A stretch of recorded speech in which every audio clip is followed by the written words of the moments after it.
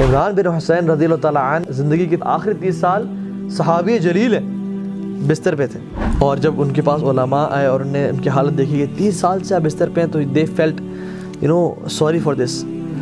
تو انہوں نے کہا کہ تم کیوں میرے بارے میں اتنا برا سوچ رہے ہو؟ تو انہوں نے کہا کہ آپ کی اس حالت پہ ہم لوگ پریشان ہیں، اور اتنی بری حالت تھی کہ he couldn't sit up and he couldn't stand and people they had to dig a hole in this bed کہ اپنے آپ کو ریلیف کریں. وہ ایسے حالت میں امیجن جس میں بیڈ سورس پڑ جاتے ہیں اور جسم میں جو ہے نا مختلف کھڈے ہو جاتے ہیں، دانے نکل آتے ہیں اور جسم خراب ہونے نکلنے شروع ہو جاتا ہے.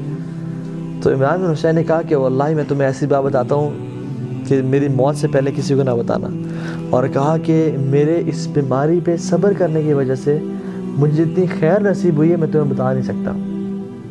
And the angels come to me and they say salam upon me and I reply to their salam and I can hear their salam. اور اللہ تعالیٰ نے میرے لیے اس صبر پہ جو اجر کا بندوبست کیا وہ it's unimaginable. And he said in a statement which was amazing. He said what is dearer to Allah is dearer to me.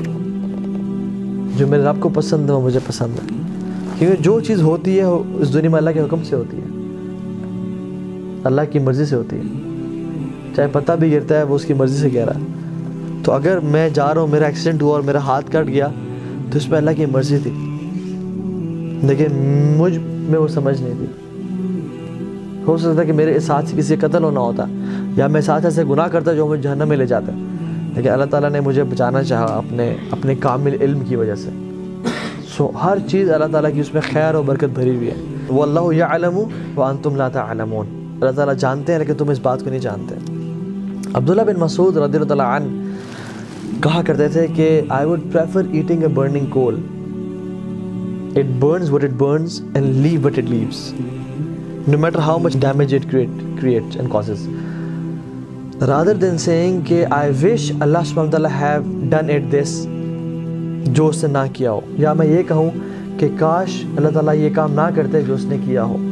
And he continues and says in another narration he says کہ ایک انسان کوئی business کرنا چاہتا ہے یا کسی سے شادی کرنا چاہتا ہے تو اللہ سبحانہ وتعالیٰ کے علم میں ہوتا ہے، کامل علم میں، کہ اگر یہ عورت اسے مل گئی تو she will lead him to hellfire، یا اگر یہ مرد اس عورت کو مل گیا تو یہ دونوں جہنم میں چلے جائیں گے، یا اگر اس کا بزنس اسٹیبلش ہو گیا تو یہ اتنا باغی ہو جائے گا، اتنا گناہوں میں پڑ جائے گا مال کی وجہ سے کہ جہنم میں چلا جائے گا.